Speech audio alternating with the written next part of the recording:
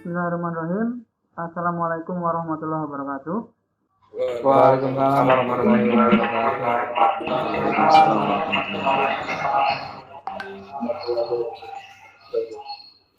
Alhamdulillahirabbil alamin. Puji syukur kita panjatkan pada Allah Subhanahu wa taala yang mana di siang hari ini kita masih diberikan kesehatan, kerahmatan sehingga kita bisa berkumpul untuk membahas perkuliahan.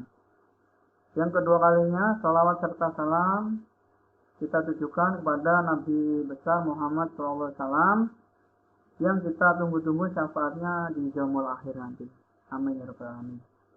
Sebelum kita mulai mata kuliah, alangkah baiknya kita berdoa sesuai dengan keyakinan masing-masing. Saya yang mimpin doa, mohon waktunya sampai dengan selesai berdoa. Berdoa dimulai.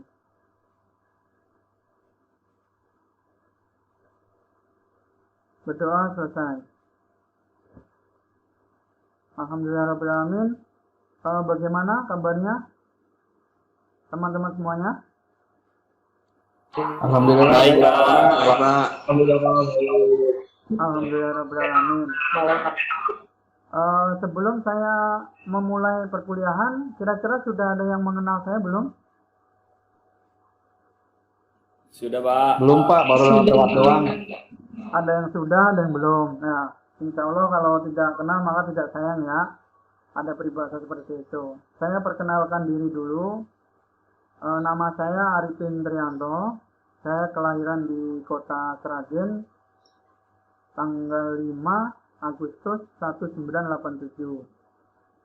Saat ini saya sudah berkeluarga dan mempunyai 1 orang anak. Untuk daftar riwayat hidup saya, salah satunya adalah pendidikan. Sarjana saya ditempuh di Universitas Pamulang di tahun 2015 selesai, dan 2015 sampai dengan 2017 saya menempuh S2 yaitu di Institut Sains dan Teknologi Nasional. Alhamdulillah selesai di tahun 2017. Di tahun 2017 saya mulai aktif mengajar dan sebagai asisten ahli di tahun 2018. Alhamdulillah saya terdaftar sebagai asisten ahli dan dosen tetap. Nah, mata kuliah yang saya ajarkan antara lain proteksi sistem tenaga, yang saya akan ajarkan di mata kuliah ini juga, kelas ini.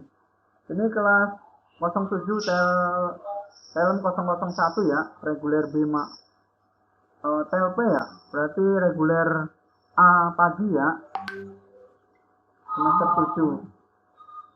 Nah, kira-kira itu biodata saya. Untuk selanjutnya, sebelum memulai mata kuliah, saya akan membagikan dulu dari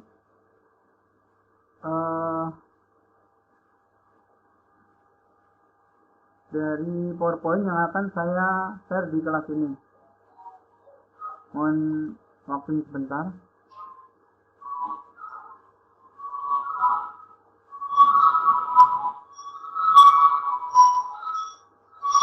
Ini ada noise-nya siapa ya? Tolong tolong di mute ya. Nanti ada waktu untuk sesi tanya jawab. Jadi mohon kerjasamanya dulu.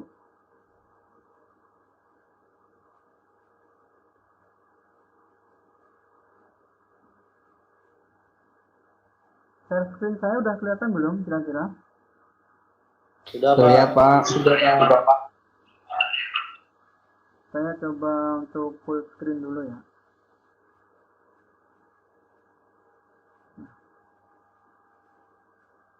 Nah, ini alhamdulillah ini proteksi sistem tenaga.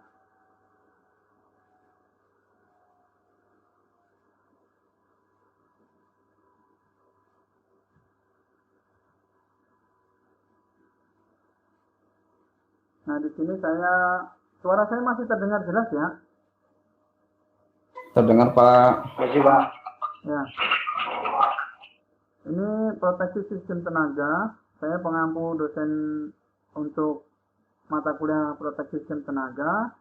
Nah, ini saya Arifin Trianto, sarjana teknik, magister teknik.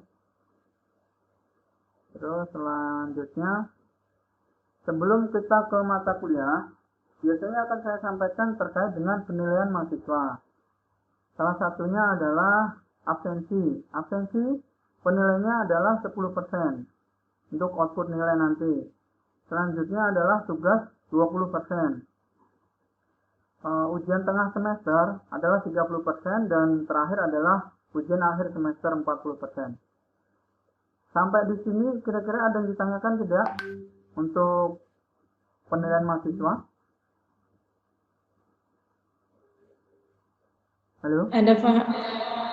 Oh ya, silahkan sebutkan nama. Siapa namanya? Perkenalkan, nama saya Maria Katarina Pure. Ya, Maria. Begini, saya akan bertanya tentang penilaian terkait absensi mahasiswa. Oh iya. Baik. Terima kasih Mbak Maria udah aktif dalam kelas. Untuk absensi kita bisa gunakan, biasanya saya gunakan pola seperti absensi tatap muka dan juga nanti ada sistem pembelajaran online yang biasa disebut dengan e-learning.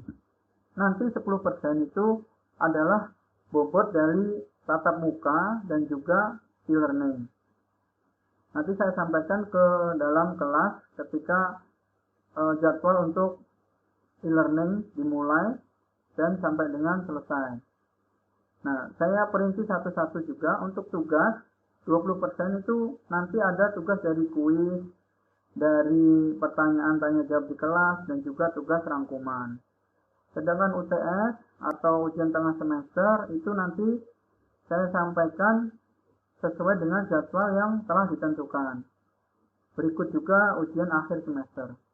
Kira-kira Mbak Maria dan teman-teman cukup penjelasan dari saya?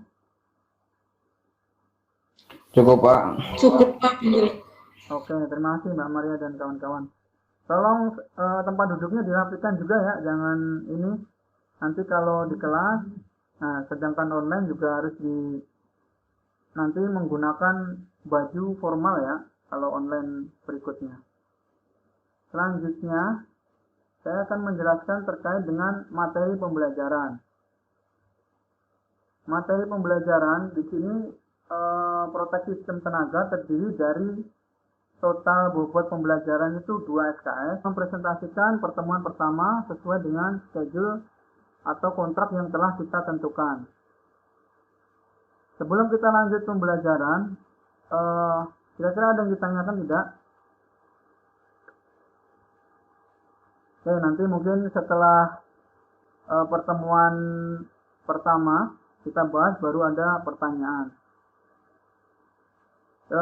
Sebelum saya menyampaikan pertemuan 1 dasar dari proteksi, saya akan menyampaikan dulu dari tujuan atau capaian pembelajaran dari mata kuliah yang saya sampaikan. Secara ringkas saya sampaikan, proteksi sistem tenaga adalah salah satu mata kuliah yang membahas terkait dengan syarat dari penggunaan komponen di dalam sistem energi listrik. Salah satunya adalah dari sistem proteksi. Sistem proteksi digunakan dalam pembangkit tenaga listrik, yaitu untuk melindungi dari kerusakan di dalam rangkaian ataupun kerusakan di luar rangkaian. Sehingga tujuan dari pembelajaran ini adalah mengantisipasi dan juga memproteksi atau mengamankan rangkaian dari gangguan hubung singkat atau troubleshoot yang sering terjadi di dalam sebuah rangkaian. Nah, itu tujuan pembelajaran. Selain dari untuk mengetahui, adalah untuk membuat sebuah rangkaian sehingga mempunyai daya yang digunakan rendah dan juga memiliki efisiensi yang tinggi, sehingga proteksi itu sangat bermanfaat pada mata kuliah yang akan saya sampaikan ini. Itu salah satu lingkup dari tujuan pembelajaran. Nah, pertemuan pertama itu mengenai dasar-dasar dari proteksi. Ini tujuan yang saya sampaikan tadi, mahasiswa diharapkan mampu untuk mengenali sistem proteksi, dan sebagai dosen saya mampu menjelaskan terkait dengan prinsip dari dasar proteksi. Selain itu, saya akan menjabarkan persyaratan dari kualitas proteksi sehingga mahasiswa mampu untuk menganalisa persyaratan apa saja dalam komponen proteksi. Yang terakhir, mampu mengevaluasi atau membedakan, oh ini termasuknya komponen dengan syarat yang standar, oh ini tidak standar, akibatnya apa? Nah, nanti akan saya jelaskan semua di sini. Selanjutnya adalah pertama. Nah, sebelum kita lanjut ke perkuliahan, mata kuliah ini, saya akan memberikan kuis atau wawasan kepada mahasiswa sampai di mana sih pengenalan dari gambar yang saya tampilkan ini. Yang sebelah kiri, gambar nomor 1 itu apa? Ada yang tahu? Gambar yang sebelah kiri, kira-kira itu gambar apa? CB ya Pak? Oh, CB. Mas Deril ya? Deril. CB itu kepanjangan dari apa? Miniatur circuit breaker. Oh, circuit breaker, oke. Biasanya digunakan di mana atau berapa ampere? Lihat dari mana, Mas Deril? Kira-kira udah pengalaman di sana belum? Berapa ampere saya kurang tahu. Ya, kurang tahu. Tapi kalau pemakaian biasanya di rangkaian listrik sebagai pengaman apabila ada tegangan atau beban berlebih. Oke, terima kasih Mas Deril. Masih semangat untuk menjawab dan pengaplikasiannya memang benar jawabannya di rangkaian listrik. Mungkin satu lagi sebelum kita lanjut ke materi, kita bisa lihat itu CB itu apa dan kenapa ada batasan ampernya. Itu kira-kira ada yang bisa bantu jawab? Halo, Mas Wildan atau siapa?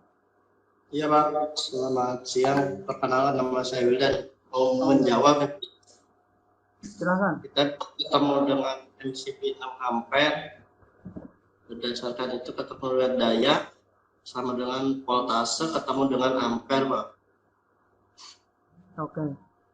Terima kasih Mas Wildan. Minimal sebelum masuk ke materi, teman-teman tidak bahasanya tidak buta atau tidak mengenal itu komponen. Masuk elektro masa kita tidak mengenal sebuah komponen kan asing gitu ya bahasanya.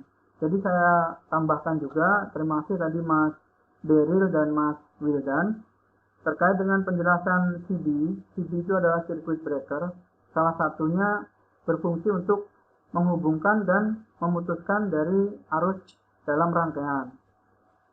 Di CB sendiri biasanya digunakan sebelum rangkaian itu difungsikan. Untuk perhitungannya adalah kenapa di sana ada C16, C6, 6A dan sebagainya.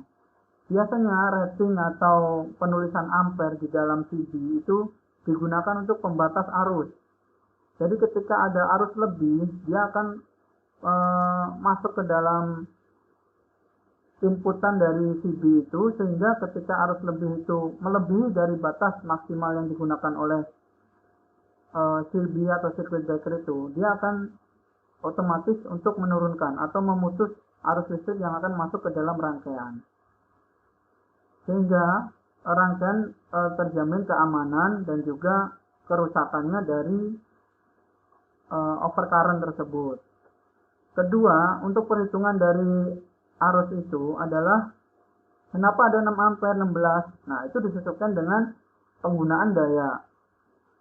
Kalau rumus dasar untuk perhitungan daya di sini adalah P sama dengan I kali V atau V kali I. Biasa disebut dengan daya adalah tegangan dikalikan arus. Nah, untuk ini saya sampaikan tadi, nanti silahkan dihitung sendiri di rumah masing-masing, penggunaan daya berapa, tegangan berapa, nanti ketemu adalah batasan arus. Nah, sebelahnya ini adalah tor. Tor ini tolong nanti dipelajari ya, dibuatkan nanti akhir dari mata kuliah ini saya sampaikan lagi tor itu apa, dan untuk tugas di minggu depan. Nah, selanjutnya kita masuk ke dalam prinsip dasar proteksi. Prinsip dasar proteksi adalah kita harus menentukan dulu di dalam single line di sini ada gambar di sini, gambar dari pusat listrik, transmisi, gardu induk dan distribusi. Kira-kira teman-teman di sini sudah pernah melihat belum pembangkit itu dari apa? Yang pernah dilihat contoh PLTA, PLTS, atau PLTG, pernah nggak melihat itu teman-teman di sini? Halo, masih semangat kan? Masih, Pak. Ya, masih. Kira-kira Mas Muhammad Riko ya, pernah melihat PLTA itu seperti apa sistem kerjanya?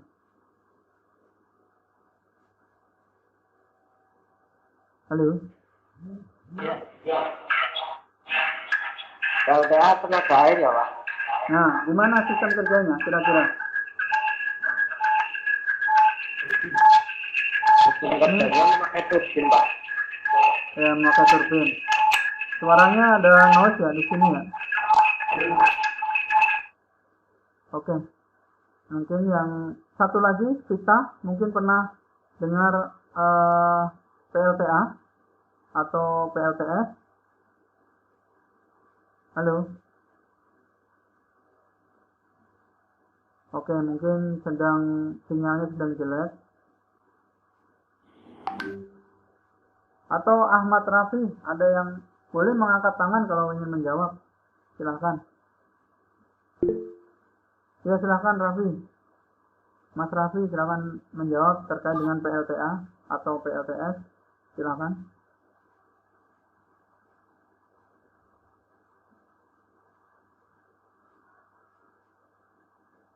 Mungkin sinyalnya yang mungkin kurang bagus ya.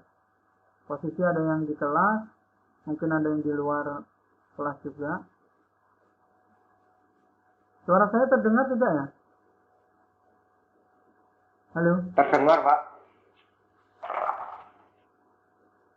Yang lain selain Mas Riko ada terdengar? Anan mungkin belum di mute ya, itu suaranya belum di unmute. Iya.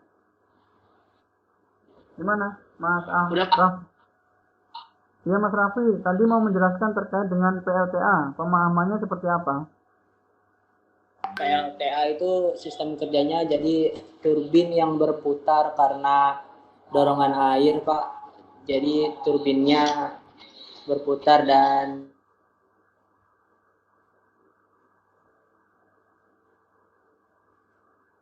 Oke, sinyalnya mungkin putus ya. Sinyalnya kurang kuat. Saya bantu menjelaskan di sini. Pembangkit salah satunya adalah PLTA.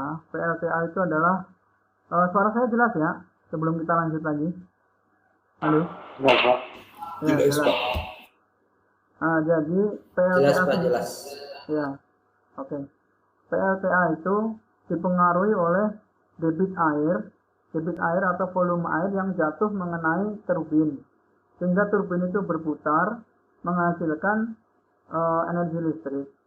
Energi listrik itu dirubah dari tegangan DC menjadi AC, itu nanti melalui inverter. Tetapi ada yang berperan penting di sini, yaitu generator.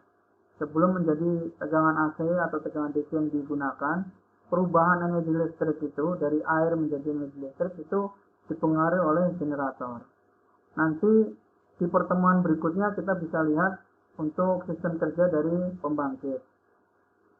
Terus sebelah kiri ini kira-kira Ada yang tahu nggak H itu apa, I kuadrat apa, kali R itu apa, P itu Joule itu apa? Kira-kira ada yang familiar nggak dengan rumus ini sebelah kiri? Hidrogen. Oke, mungkin karena pertemuan pertama Pak saya belum paham rumus Pak. Nah, saya jelaskan di sini H itu adalah suhu atau udara yang terdapat di dalam terminal. Jadi ketika standar suhu yang diterapkan di titik percabangan untuk sambungan tenaga listrik itu sama dengan arus kali dengan hambatan dan juga waktu penggunaan.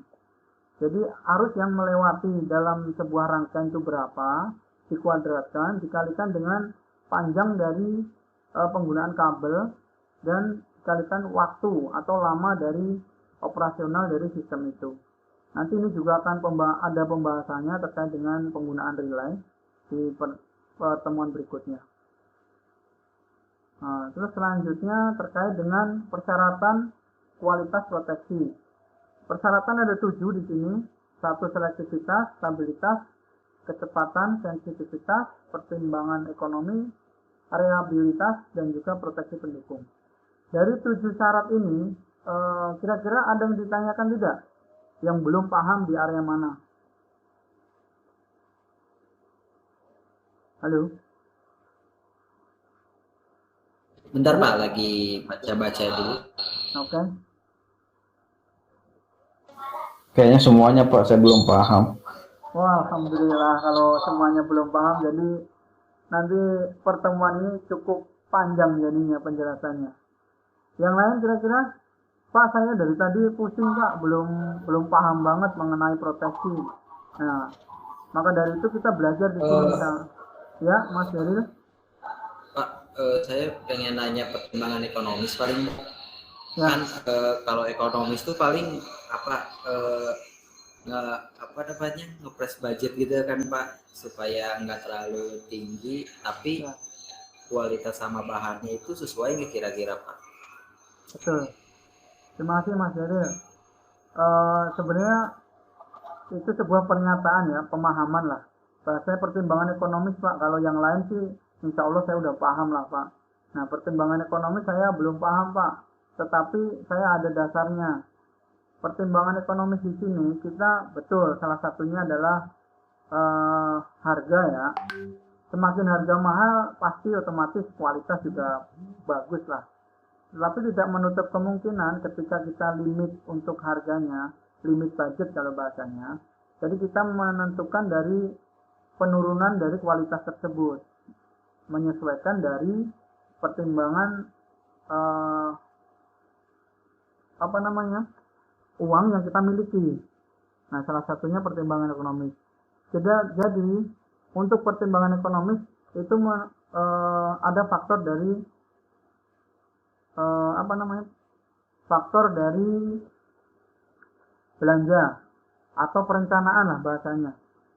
Sebelum kita melakukan pembelian barang atau komponen atau dia bahan, kita rencanakan dulu bagaimana sih dengan budget yang saya punya sedemikian sehingga saya bisa membeli peralatan dan juga bahan untuk merangkai sebuah komponen sehingga komponen itu berfungsi dengan baik. Nah, itu harus ada perencanaan dulu Mas Jeril ya, sebelum kita melakukan pertimbangan. Jangan sampai kita menurunkan budget kita, tetapi dari segi ekonomisnya, dari segi pertimbangannya nggak ada. Jadi kayak satu contoh ekonomis itu salah satunya adalah penempatan komponen, bahan, dan juga rancangan itu sesuai dengan perencanaan. Itu penjelasan dari saya, Mas Jeril dan kawan-kawan. Kira-kira begitu ya, Mas Jeril ya. Terima kasih. Oke. Selanjutnya komponen. Komponen dari sistem proteksi yang perlu diperhatikan menurut kualitas dan standarnya, yaitu komponen proteksi yang secara umum masih bisa dipelajari dan awam untuk orang pemula. Salah satunya adalah relay, trafo arus, trafo tegangan, fuse, baterai.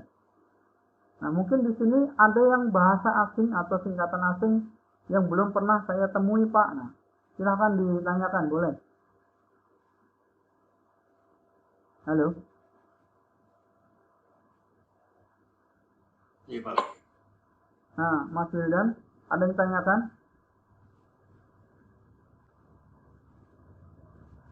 Nah, kalau enggak, saya lanjutkan dulu. Nanti setelah itu saya akan cross check ulang atau review lagi dari pertemuan kita di pertemuan 1 kali ini. Nah, komponennya sebelum kita masuk ke dalam materi, biasanya saya sampaikan terkait dengan syarat, terus kualitas, dan juga komponen-komponen standarnya. Di sini ada DS. DS itu salah satu yang kita sebut dengan disconnecting switch. Itu sering kita sebut sebagai saklar pemisah. Pemisah antara tegangan antara fasa terhadap dengan fasa ke komponen. Jadi kalau maintenance dalam suatu rangkaian itu ada disconnecting switch, ada juga dia PMT. PMT itu disebut dengan pemutus tegangan. Pemutus tegangan di sini